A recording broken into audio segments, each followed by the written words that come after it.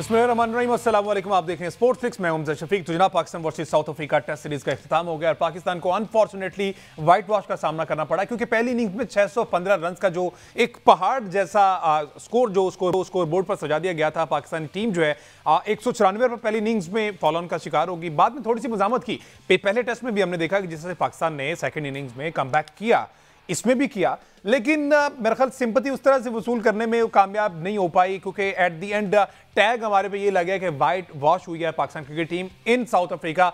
हमने ODI series में उनको व्हाइट वॉश किया, टेस्ट सीरीज में उन्होंने हमें कर दिया।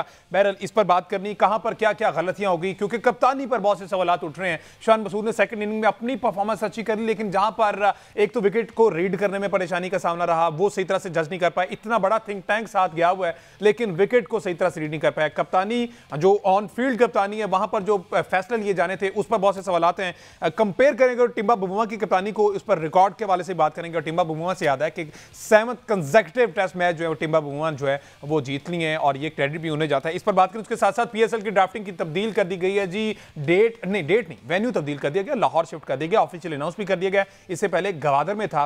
और जो है इस सारी सूरत पे बात करेंगे। चैंपियंस ट्रॉफी पीएसएल के हवाले से मजीद फर्दर अपडेट्स ले लेते हैं, इसमें क्या तब्दीलियां आई हैं चैंपियन ट्रॉफी के हवाले से भी। और ईसीबी ने जनाब कोई अरकान पार्लियामेंट को कोई लेटर वगैरह लिख दिया। उन्होंने ईसीबी को लिखा है कि जनाब हमें कुछ तब्दीलियां चाहिए, और किसी के हक की आवाज़ उठाइए, किसी के खिलाफ आवाज़ उठाइए। सारी सूरत पर बात करेंगे। फॉर्मर कैप्टन सलमान बट साहब मौजूद हैं वीडियो लिंक के जरिए, अहमद सईद में ज्वाइन किया। इसके साथ साथ आकिब कुरैशी से हम पीएसएल के हवाले से अपडेट ले लेंगे, मजीद उस पर क्या अपडेट्स हैं वो हमें आके बताएंगे। अस्सलाम वालेकुम बट साहब, वेलकम टू द शो।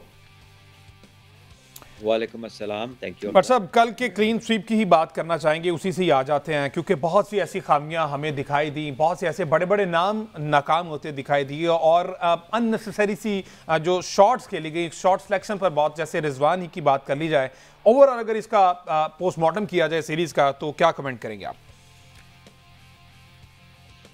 देखिए, पहला मैच तो पाकिस्तान तकरीबन जीतने की पोजीशन में था, और उसको हमने काफ़ी डिस्कस किया कि वो मैच किस तरह उसमें कुछ तब्दीली लाई जा सकती थी, या कौन सी चीज़ें थी जो हमने ट्राई नहीं की। सो बेसिकली अगर आप इन दोनों मैचेस में देखें तो पाकिस्तान को टैक्टिकली थोड़ा सा कह लें कि आपको पता लगेगा कि हमने कुछ ट्रिक्स मिस किए हैं जो हम कर सकते थे। अगर हम डायरेक्टली दूसरे मैच पे आ जाएं, क्योंकि पहले पे काफ़ी बात हुई है, तो आई थिंक स्टार्ट विद हमने पिच नहीं सही रीड की, हमने अपनी टीम जो प्लेइंग 11 थी वो नहीं सही खिलाई। आपने देखा तीसरे दिन महाराज बॉलिंग कर रहे थे, कितना बॉल स्पिन हो रहा था। तो अगर हमने हम क्या, जिस तरह स्पिन हो रहा था इस पिच पे, तो हम 2 स्पिनर खिला सकते थे, ठीक है। और हमें तो स्पिनर से ही हमने सीरीज जीती हुई थी पिछली, तो खैर नुमान थे हमारे पास। और हमने केप टाउन में पहले वनडे जीता, केप टाउन में हमारे स्पिनर्स को मदद भी मिली। तो केप टाउन में ये टेस्ट मैच की जब इन्होंने पिच देख ली थी, तो इब्रार को हमने इंग्लैंड के खिलाफ तो यूज़ कर लिया था, लेकिन इधर इब्रार का नाम नहीं था। तो यहाँ पर वो मिस्ट्री स्पिनर से ये वाली टीम इतना आशना नहीं थी, ये फंसे हुए थे, तो इनको उसकी समझ नहीं आ रही थी। I think we miss that trick as well. उसके बाद फिर इस पिच की स्लोनेस को देखें, अगर फास्ट बॉलर ही खिलाना है तो भैया फिर 2 मीडियम पेसर नहीं बनते, फिर अब्बास के साथ नसीम शाह ही बनते थे। मीर हमजा की वो पेस नहीं है कि वो ऐसी पिचेस के ऊपर इफेक्टिव हो जाए। तो वहाँ पे भी हमसे सिलेक्शन जो थी उसमें भी हम गलती कर गए। तो फिर जब आप इतनी सारी चीज़ें कर लें, और फिर बैटिंग में अनफॉर्चुनेटली साइम इंजर्ड हो गया। अब साइम ने करंटली स्कोर किया हुआ था, 2 सेंचुरियाँ करके साउथ अफ्रीका में वो आ रहा था। तो ये बहुत कह लें कि एक कॉन्फिडेंस और एक इनफॉर्म प्लेयर आपका जो था वो अवेलेबल नहीं रहा। और जो बाकी बैटिंग लाइनअप थी उसने को बड़े रन नहीं किए। शान ने आखिरी इनिंग में 150 की, but then it was too little too late. यानी कि वो केलन ने की, मैं टू लिटिल की बात करता हूँ तो पूरी टीम की बात करता हूँ कि वहां पे 2 से 3 प्लेयर्स को 100 करने थे, बड़ी बारियां लेनी थी। बाबर ने 81 किया, उसने किया, उसके बाद पूरा नीचे तक किसी ने रन नहीं किए। अगर जिस तरह स्पिन हो रहा था, अगर पाकिस्तान 200 ऊपर कर लेता या 150 भी ऊपर कर लेता तो इंटरेस्टिंग मैच शायद होता, वो 5वें दिन का प्रेशर आता। लेकिन बात इतनी दूर तक गई नहीं, और आते ही उन्होंने वो 50 रन 7 ओवर्स में खत्म कर दिए। के मुताबिक हमने चौथे दिन में जो है ना वो टेस्ट का मैच खत्म कर दिया।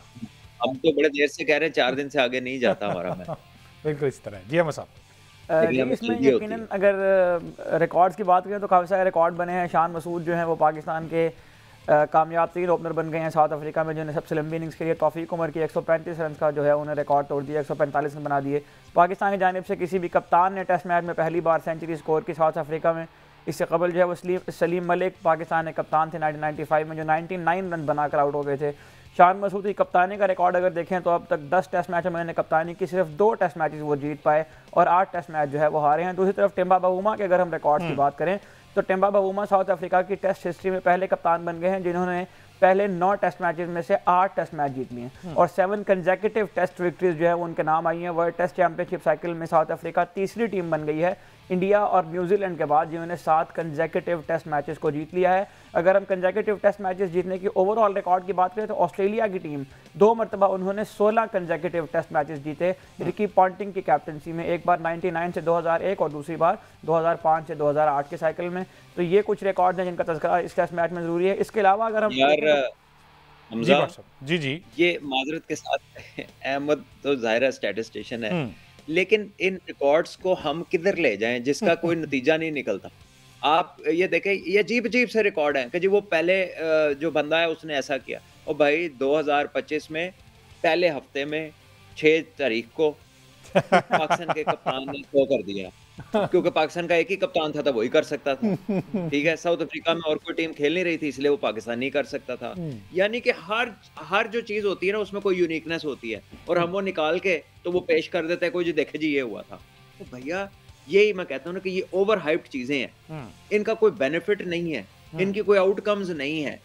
ये कह के आज ये एक ऐसा तरीका है कि किसी चीज को भी ग्लोरीफाई कर देने का कि भले फलां दिन ये हुआ था, ठीक है, एक वाकया हो गया था, अब जब तक रिपीट नहीं होगा, देखो जी इतने साल हो गए वो वाकया नहीं दोबारा हुआ। तो मुझे ना ये चीज़ों की समझ नहीं आती कि ये सारे चैनलों पे ना एक चीज़ चल जाती है कि ये ऐसा हो गया जी, आउटकम क्या हुई है, कितने मार गए, हमने क्या गलतियां की हैं वो उस, और कितनी बार वही गलतियां दोहरा दी हमने पिछले 2-4 सालों में, उस पर हम बात नहीं करते। वो एक छोटी सी चीज हुई हो तो देखो जी यह हो गया, करे जाए ये क्या हो सकता। बहरहाल अहमद सही साहब जो है वो अपनी ड्यूटी सर अंजाम दे रहे थे, उन्होंने अच्छी बात है। अहमद तो भाई हमारा ड्यूटी कर रहा है, लेकिन ये अहमद भी यही बात कहेगा, बिल्कुल तो लिया उसने, लेकिन अहमद कई बार तो वो भी ये कह चुका है कि ये मैं इनफैक्ट की बात इसलिए कर रहा था कि मैं चाह रहा था कि ये चीज आए, क्योंकि ये बहुत ज्यादा चीज क्योंकि कल से हो रही है कि शान मसूद जो वो पहले कप्तान बन गए हैं जिन्होंने सेंचुरी स्कोर की है। तो अल्टीमेटली मैंने इस बात का कंक्लूजन यहीं पर करना था कि शान ने सेंचुरी स्कोर किया, लेकिन टेस्ट सीरीज हम 2-0 से हार गए। खैर ये तो है। अच्छा चले, शान की बात हो रही तो थोड़ा सा कंपैरिजन कर लिया जाए कप्तानी के हवाले से। हमने देखा कि पहला टेस्ट मैच भी जिस तरह की फील्ड सेट करनी चाहिए थी एक प्रेशर बिल्ड करने के लिए, उसी दिन उसी तारीख को हमने देखा कि ऑस्ट्रेलिया जो है वो किस तरह इंडियन प्रेशर डाल रहा था, पूरी की पूरी टीम ऊपर लाकर उसने किया। रन टाइम पर जो डिसीजन मेकिंग है शान मसूद की, सलमान भट्ट साहब आप समझते हैं कि वो बिल्कुल ठीक है, मजीद उसमें बेहतरी की कोई ज़रूरत नहीं है, ना वो मेहनत करें इस चीज़ पे? देखें, आप शान जितना एक्सपीरियंस क्रिकेटर है, सारी लीग क्रिकेट उसने काउंटी क्रिकेट सारी खेली है, लीग क्रिकेट और कई सालों से खेल रहा है और बहुत अच्छे अच्छे क्रिकेटर्स के साथ उसका दुनिया में एक्सपोजर रहा है। सो ये एक्सपेक्ट है कि वो टैक्टिकली ऑन टाइम होगा। वो ये नहीं है कि बंदा बाद में सोचे कि मैं ऐसे कर लेता, मैं ऐसे कर लेता। वो जो कुछ है वो कर जाए। देखिए गारंटी नहीं होती कि आप जीत जाएंगे या it will work, but at least ये नजर आना चाहिए कि you are trying something different. जब आप एक ही चीज को रिपीट पे लगा देते हैं तो सामने वाले के लिए भी आसानी हो जाती है। हमने पहले टेस्ट में भी लास्ट विकेट पे इतने सारे रन करा दिए, बॉश 90 कर गया, उसके साथ टेल थी वो कर गया रन। हमने इस टेस्ट में भी जो है वो रन करवाए और उसके बाद हम चीजें ट्राई नहीं करते। ठीक है, इस टेस्ट में कह रहा हूँ सेकंड इनिंग में जब टेस्ट फिनिश होना था तब भी 48 हुआ और 2 बॉलर खेल रहे थे। ठीक है, और उसमें हमने कुछ बाउंसर्स ट्राई नहीं किया, कोई एक्स्ट्रा फील्ड सेट दूसरे किस्म का ट्राई नहीं किया। आगे आए एक सफेद विकेट के ऊपर स्पिनर नहीं खेला, खुरम ने बॉलिंग नहीं की, रिकल्टन 200-250 कर गया, खुरम को नया बॉल नहीं दिया जिसने उसे 2 दफा नए बॉल पे आउट किया हुआ था, और वो जो 20-25 तेज कर गया उसके बाद जाहिर है उसका कॉन्फिडेंस जो था वो बहाल हो गया। तो ये वो छोटे छोटे एरर्स हैं जिनका इम्पैक्ट बड़ा हो सकता है, जिसका खैर पिच ना रीड करना तो is not entirely up to the captain, it is up to the people who are with the captain, जो साथ है उसके मशवरा देने वाले जो थिंक टैंक है। सो दीज आर थिंग्स जो at this level when you are heading an international team you expect कि इसमें आप बेहतर होंगे और इसमें ये वाले एरर्स नहीं होंगे। बिल्कुल ठीक है जी अहमद। ये जो नए बॉल के हवाले से भट्ट साहब ने पॉइंट ऐड किया, आपको याद होगा बांग्लादेश की सीरीज में भी जब खुरम शहजाद और मीर हमजा को खिलाया गया था उस सीरीज के अंदर भी, तो नया बॉल जब भी आया था तो उसको शाहीन अफरीदी और नसीम शाह के हाथ में पकड़ा दिया जाता था, और वो दोनों बॉलर जो है वो 4-4, 5-5 ओवर करने के बाद जब थक जाते थे, तरह तरह की डिलीवरीज ट्राई करने के बाद, इनकंसिस्टेंट लाइन एंड लेंथ पर बॉलिंग करने के बाद, तो उसके बाद पुराना बॉल दोबारा जो है वो खुर्रमशाद और मीर हमजा को पकड़ा दिया जाता था। तो ये नए बॉल के इस्तेमाल के बारे में शान मसूद यकीनन ये एक कंसर्निंग पॉइंट है जिसका कोई ना कोई तदारुक होना चाहिए। और यकीनी तौर पर इतने सीनियर बॉलर जो हैं वो थिंक टैंक उधर उसमें शामिल हैं। आकिब जावेद की बात की जाए, अजहर महमूद साहब की बात की जाए, लेकिन शायद शान कहते होंगे बीइंग कैप्टन मैं किसी की बात सुनने को तैयार नहीं हूं। और शान मसूद काउंटी क्रिकेट में ऐसा नहीं होता। देखें, आकिब भाई थे ना जिन्होंने पिचेस बनवाई, अभी स्पिन विकेट बनवाई, और उसको ऐसा तैयार किया कि जैसा पिछले हमें यही बताया जाता था कि पाकिस्तान में विकेट ही नहीं है, पाकिस्तान में हो ही नहीं सकता, बाहर से मट्टी लानी पड़ेगी, ये करना पड़ेगा, ड्रॉप इन आएगी। तो सब कुछ हुआ ना, उन्होंने किया, इट वर्क, पाकिस्तान वन। तो अब मतलब ये एक जजमेंट एरर है या if there is anything else, I don't know. तो जब वो अच्छा करते हैं तो हम सबसे बढ़ के उनकी तारीफ करते हैं, आज भी कर रहे हैं कि क्या बात है जी, क्या शानदार काम किया, पाकिस्तान 2-1 कर दिया, इंग्लैंड को हैरान परेशान कर दिया। लेकिन ये वाला जो हुआ है ये आप एक्सपेक्ट नहीं करते, मतलब इतना एक्सपीरियंस थिंक टैंक से।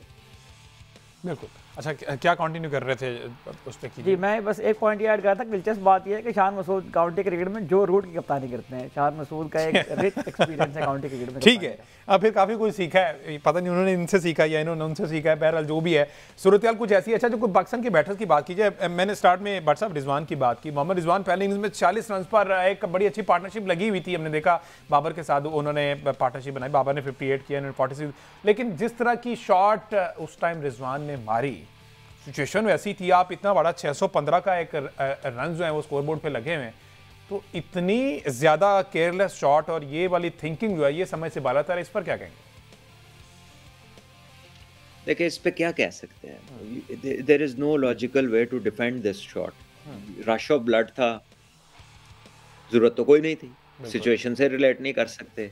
टेस्ट क्रिकेट में ऐसी चीज़ों की ज़रूरत नहीं होती। कोई सिचुएशन आ जाए ना कि इतने रन चाहिए, इतना टाइम रह गया उसमें करने हैं, या आप बहुत फंसे हुए हैं और रन आ ही नहीं रहे और आपके साथ टेल है तो आप रिस्क लेते हैं, ऐसा तो कुछ था ही नहीं। बल्कि आपको तो खेलते ही जाना था, क्योंकि 615 था, जितना वक्त भी लेते वो भी पाकिस्तान के हक में था, क्योंकि एक दिन तो आखिर में ज़ाया हो गया। तो इसकी कोई एक्सप्लेनेशन नहीं है। It is unfortunate the way it happened. ऐसा कभी कभार जो कहते हैं ना कि बंदा जो है जी वो उसमें फंस जाए, तो वो बेहतर है कि वो निकल ही जाया करे इसमें से बंदा। ठीक है जी, एक ब्रेक लेते हैं जी। ब्रेक के बाद जब वापस आते हैं तो थोड़ी सी पर मजीद बात करने के बाद हमने PSL के हवाले से, क्योंकि उसकी डेट जो है वो फाइनल होगी, उस पर बात करनी, साथ साथ चैंपियंस ट्रॉफी के हवाले से भी कुछ बातें हैं, और कज़ाफी स्टेडियम की जो अपग्रेडेशन है वो काम कहाँ तक पहुँचा, आकिब से जानेंगे। एक ब्रेक के वास्ते भी दस।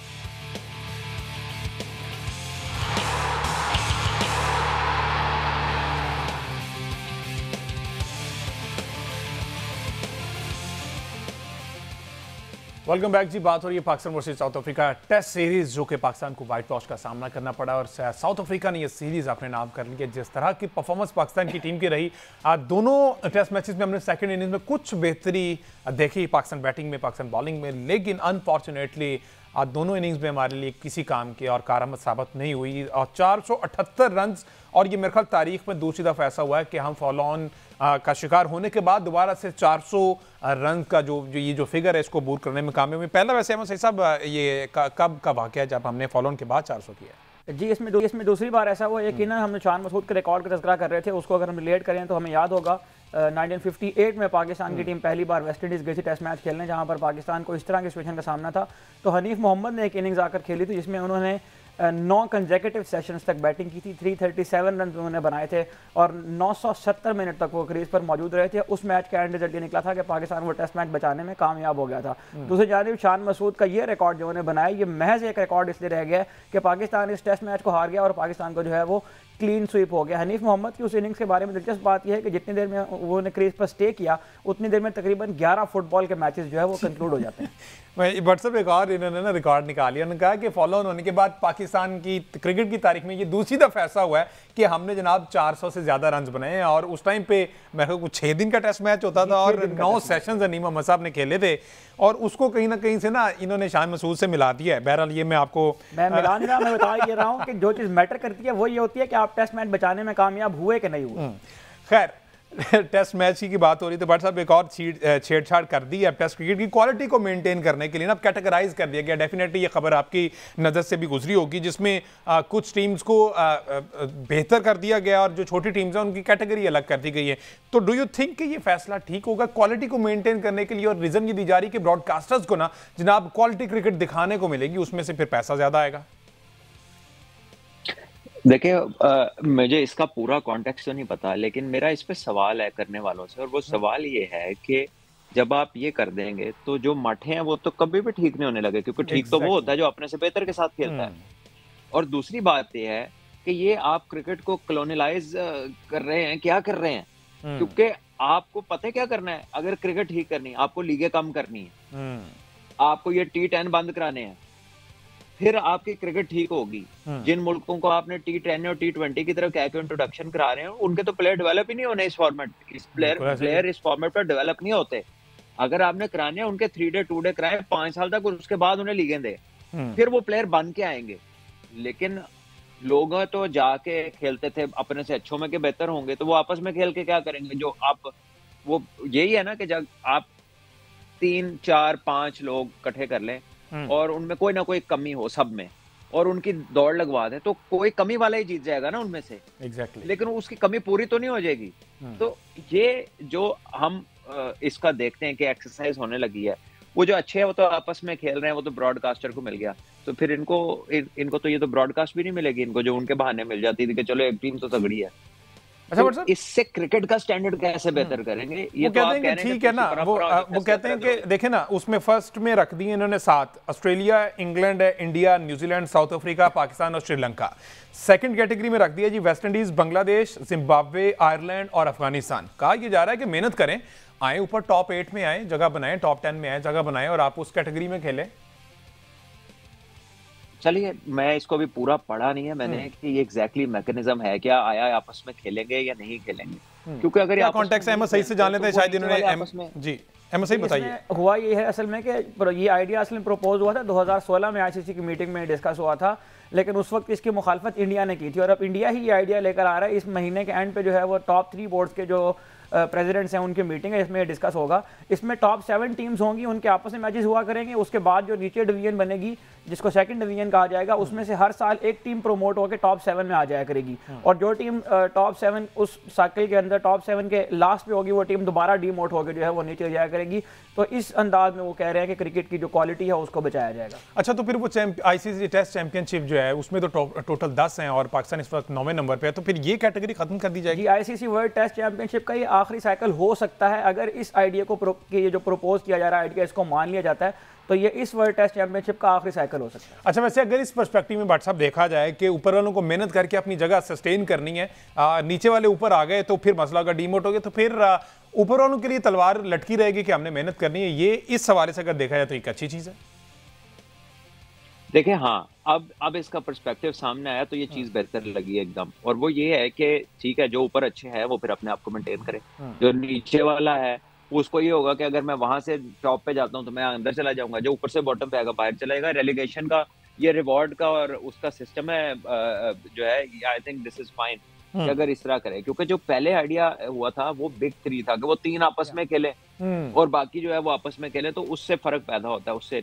और दूसरी बात ये कि ये चले, ये आइडिया बहुत अच्छा है, थोड़ा सा लीगों के भी इनको कैप लगाना चाहिए कि कितनी लीगें होंगी, क्योंकि ये जो T10 वगैरह है ये प्लेयर डेवलप नहीं करती, इसमें तो मेरा ख्याल है करंट प्लेयर तो होना ही नहीं चाहिए। ठीक है, बहरहाल it's a money making exercise, इसमें लोगों के लिए फाइनेंशियल अपॉर्चुनिटीज हैं, और आजकल फाइनेंशियल अपॉर्चुनिटीज की बिना पे तो पता नहीं दुनिया में क्या क्या हो जाता है, तो ये क्रिकेट तो बहुत ही छोटी सी चीज है।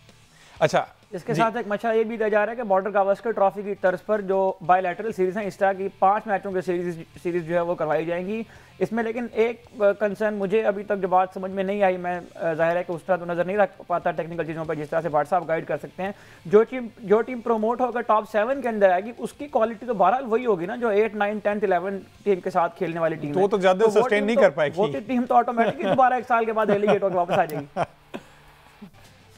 शायद नहीं, पहले तो 5 मैच 5 मैच जिन टीमों ने पिछले कई सालों में 5 की सीरीज ही नहीं खेली, उनका तो दिन ही नहीं खत्म होने हैं। उनका तो मतलब वो तो ऐसा लग रहा है कि छोटा लड़का गया था और जवान हो गया। पहले तो उनको फिर एक्सटेंशन तो देना, उनके कम से कम एक number of test matches, minimum number of test matches तो साल में एक डिसाइड करे ना। ये नहीं है कि पाकिस्तान के 4 मैच है साल में, इंडिया के 15 हैं, ऑस्ट्रेलिया के 18 हैं, इंग्लैंड के 20 हैं। तो एक नंबर तो डिसाइड करें ना कि मतलब हर कंट्री में अगर आप चाह रहे हैं कि टेस्ट क्रिकेट को बचाना है, तो उसमें जो टेस्ट का स्पेशलिस्ट लड़का तैयार होना है, उसको उतनी अपॉर्चुनिटी नजर आएगी तो वो टेस्ट की तरफ जाएगा, वरना वो कहेगा भाई मैंने भी पैसे कमाने, मैं लीग में जा रहा हूँ। तो आपको अब जैसे पाकिस्तान के जो टेस्ट के स्पेशलिस्ट हैं, मुझे बताएं इस साल पाकिस्तान के 4 मैच, अब वो 4 मैच 20 दिन हो गए, 365 में से 20 दिन उनके मैच है, उसके बाद वो क्या करेंगे?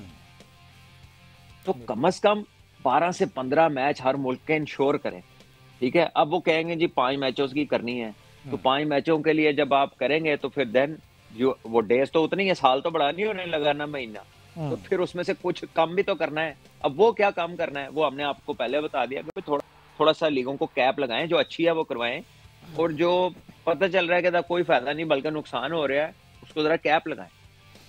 अच्छा, एक और टॉपिक है जी, ये जो गोरे हैं ना, ये कहीं ना कोई शुरू छोड़ते रहते हैं जी। इससे पहले हमने देखा कि ऑस्ट्रेलिया ने बायकॉट किया था अफगानिस्तान का। अब जो है ना वो 160 से ज्यादा अरकान पार्लियामेंट ने इंग्लिश क्रिकेट बोर्ड ईसीबी को खत लिख दिया कि जनाब ये जो अफगानिस्तान के साथ चैंपियन ट्रॉफी में मैच होना ना, ये मैच ना खेला जाए, क्योंकि खवातीन के हुकूक जो है मजरूह हो रहे हैं अफगानिस्तान में।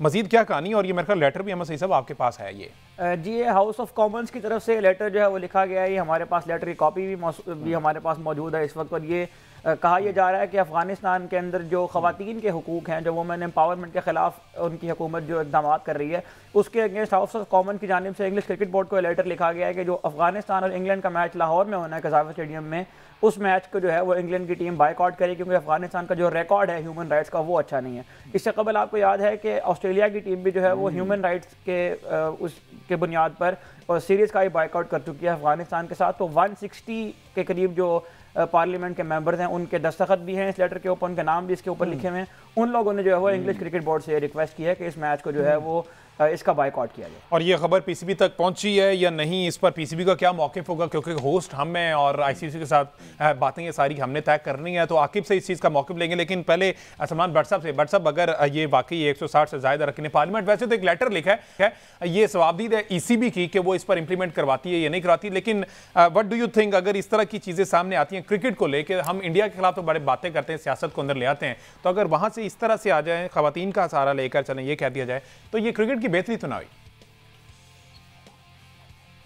यार मेरे पास इसका कोई जवाब नहीं है, मेरा बस एक सवाल है जी, सिर्फ एक सवाल है, उसका कोई भी जवाब दे दे, आप दे दें, वो दे दें, या सुनने वाला कोई भी कमेंट सेक्शन में दे दें कि अगर ये ह्यूमन राइट्स हैं तो गजा में कौन लोग रहते हैं? Exactly. बस ये मेरा सवाल है। अब बिग बस क्वेश्चन, उसका जब जवाब दे देंगे फिर अगली बात फिर हम भी डिस्कस करते हैं। ओके, अच्छा, ये ऑस्ट्रेलिया वालों ने भी इस तरह से किया था, और फिर उसके जवाब में वर्ल्ड कप के मैच जो है ना, अफगानिस्तान एक मैच ऑस्ट्रेलिया को ऐसा हराया था कि ऑस्ट्रेलिया, और फिर वो प्ले कार्ड्स भी सामने लेके आया। यही जवाब होता है जो स्पोर्टिंग नेशन जो मैदानों के अंदर जवाब दिया करते हैं, वो यही जवाब होता है जो अफगानिस्तान ने अपनी कारकर्दगी से दिया था। तो पीसीबी तक ये चीज पहुंचेगी। यार ये उनका बिलीफ सिस्टम है, ये उनका बिलीफ सिस्टम है, मैं किसी चीज में जाने नहीं पड़ता, ठीक है, ये उनके लिए है टू डिसाइड दिस थिंग, ठीक है। आप किसी के घर के फैसले तो आप नहीं कर सकते, लेकिन जो हमारा सवाल है फिर उसका भी कोई जवाब दे दे कि भाई वो अगर ये ह्यूमन है सिर्फ खेलने की बात पे, तो वो कौन लोग है भी कि नहीं है इंसान वो?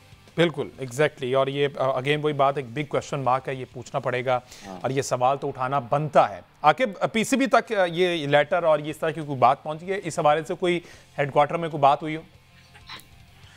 देखें, इंग्लैंड की तरफ से ये जो बिल आया है सामने अफगानिस्तान के हवाले से, ये पहले भी इस तरह की चीजें आ चुकी हैं। पाकिस्तान क्रिकेट बोर्ड इस बारे में जो है बात उन तक पहुंच चुकी है और वो जो है इस चीज को परसू कर रहे हैं, लेकिन ज्यादा चांसेस इस तरह की बात में नहीं है कि मैच का बायकॉट होगा, क्योंकि ये सारा जो है आईसीसी का इवेंट है। तो आईसीसी के इवेंट में इस तरह की एक जो है वो बायकॉट वाला सिलसिला नहीं हो सकता। ऑफिशियली जो है वो शेड्यूल है लाहौर में मैच इंग्लैंड और अफगानिस्तान का, टाइम पे ही होगा। और पाकिस्तान क्रिकेट बोर्ड भी जो है वो काफी पुरुमीद है कि ये जो मामला है ये दो जो है कंट्रीज का है, इसमें आईसीसी का या पाकिस्तान जो होस्ट कंट्री है या आईसीसी के टूर्नामेंट का इसमें कोई लेना देना नहीं है, तो आपस में मामला हल हो जाएंगे और ऑब्वियसली जो आईसीसी है वही इसमें इंटरवीन करेगा। इसमें पाकिस्तान क्रिकेट बोर्ड जो है वो कुछ भी नहीं कर सकता। अगर आईसीसी इसमें जो है वो कुछ भी कह दे या फैसला कोई भी किसी किस्म का भी कर ले, तो इसमें पाकिस्तान क्रिकेट बोर्ड को जो है वो किसी किस्म का तहफ़्फ़ुज़ात भी नहीं होंगे, क्योंकि ये दो कंट्रीज का जो है वो एक पर्सनल मैटर है। इससे पहले भी हम देख चुके हैं कि इंग्लैंड की टीम ने 2003 में जिम्बाब्वे जाने से इनकार किया था। 1996 में जो है उस वक्त भी जो है श्रीलंका टीम नहीं गई थी ऑस्ट्रेलिया की। तो यार आकिब भाई आप तो न्यूज दे रहे हैं पर्सनल मैटर तो ये अफगानिस्तान का होगा ना, तो उनका कहाँ से पर्सनल मैटर हो गया? तो बिल्कुल सलमान भाई, मतलब पर्सनल मैटर तो जिसका घर है उसका पर्सनल मैटर है ना। तो मुझे नहीं लगता कि आईसीसी या इंग्लैंड क्रिकेट बोर्ड इस पे कुछ करेगा। ये सारी कागजी या लफ्जी बिल्कुल चले उन्होंने अपना मौकिफ जो है वो रजिस्टर्ड करवा दिया, उन्होंने एक लेटर लिख दिया। लेट्स सी इसी बीस पर क्या एक्शन लेता है। और आईसीसी डेफिनेटली इस इतने बड़े इवेंट में, इतने बड़े टूर्नामेंट में आईसीसी की जानिब से इस तरह से कोई स्टेप नहीं लिया जाएगा जो कि क्रिकेट की खराबी का बायस बने। खैर बोर्ड ने इब्तिदाई तौर पर यकीनन ये कहा है कि हम कोई एकतरफा फैसला करने की पोजीशन में नहीं है। अगर इस किस्म का कोई मुश्तरका फैसला होता है तो फिर उसके ऊपर डेफिनेटली दीगर बोर्ड्स को भी ऑन बोर्ड लिया जाएगा और डिस्कशन के बाद इतने बड़े टूर्नामेंट से अगर किसी टीम के साथ ना खेलना हुआ तो वो बात सामने आएगी, क्योंकि हाइब्रिड वाला सिस्टम तो कोई और है ना, वो दूसरे मुल्क जाकर खेलना सभी नहीं है। उस पर तो चले कहीं ना कहीं से अप्रूवल उन्हें मिल गया था पैसे के जोर पे। बहरहाल अब पीएसएल 10th एडिशन की बात की जाए, आकिब उसके वाले से जरा बताएं ना, डेट भी चेंज कर दी गई, गालिबन 13 तारीख अब 13 जनवरी कर दी गई और वेन्यू अब लाहौर का ड्राफ्टिंग के लिए।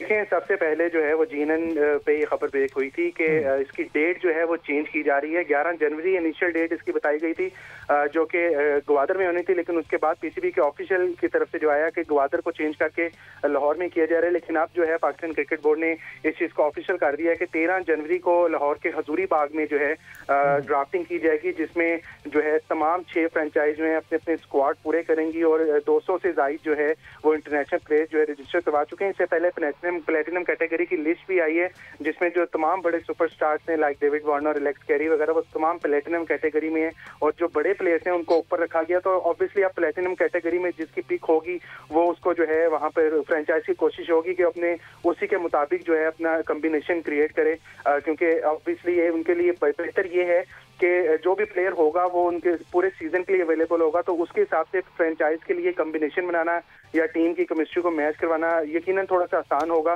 तो अब ये जो फ्रेंचाइज ड्राफ्टिंग है PSL 10 की, ये जो है हजूरी बाग में 13 जनवरी को दोपहर 12:30 बजे शुरू होगी। सही है। अच्छा सलमान भाई, जिस तरह से आकिब कह रहे हैं, अच्छा प्लैटिनम कैटेगरी जो है दीगर उसमें तो फ्रेंचाइज में खाली पड़ी है। लाहौर कलंदर्स जो कि आप भी कह रहे हैं, तो मैं लाहौर की बात करता हूँ। लाहौर ने 8 प्लेयर्स जो रिटेन कर लिए, तो फिर ये जो इतने बड़े बड़े नाम है, मेरे ख्याल लाहौर कलंदर्स की मैनेजमेंट जो इंटरेस्टेड नहीं है कोई बड़ा नाम अपनी टीम में प्लेइंग 11 में रखने के लिए स्पेसिफिकली।